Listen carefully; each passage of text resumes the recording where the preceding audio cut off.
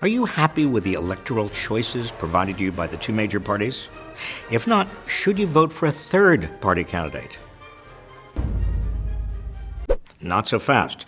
Remember what happened in 2016 when Libertarian Gary Johnson got 3.2% of the popular vote and Green Party candidate Jill Stein got 1.06%. Enough votes that had they gone to Hillary Clinton, she'd have won the Electoral College and Donald Trump wouldn't be in the White House. Oh, and anyone remember what happened in 2000 when the votes that went to Ralph Nader all but sealed the fate of Al Gore and gave us George W. Bush? You see the problem.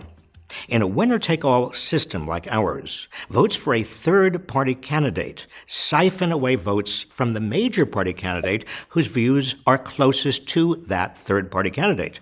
So by not voting for the lesser of two evils, if that's what you want to call them, you end up with the worst of two evils. But here's the good news. You've got at least two ways to avoid the lesser of two evils other than voting for a third-party candidate.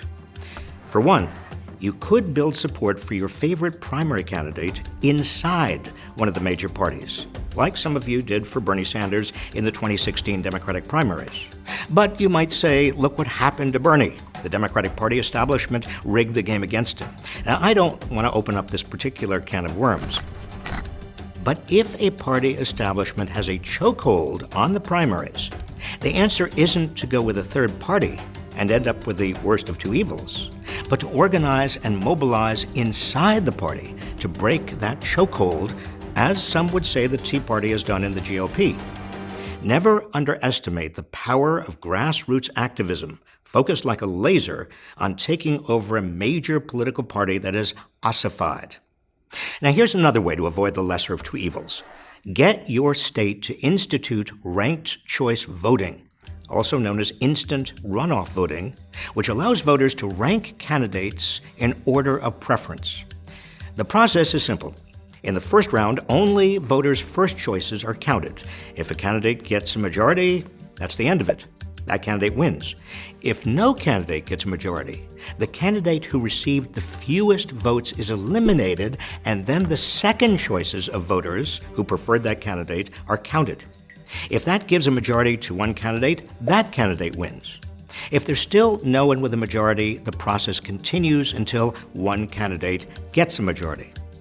Ranked choice voting isn't perfect, but it enables you to vote your conscience, even for a third-party candidate, without the worry that you're giving ground to the candidate you like least. The idea is gaining popularity. Last year, some form of ranked choice voting was proposed in 19 states. In 2016, citizens in Maine initiated a referendum for ranked choice voting and won. It's already being used in statewide special elections in North Carolina and in 10 major cities. You don't have to settle for the lesser of two evils.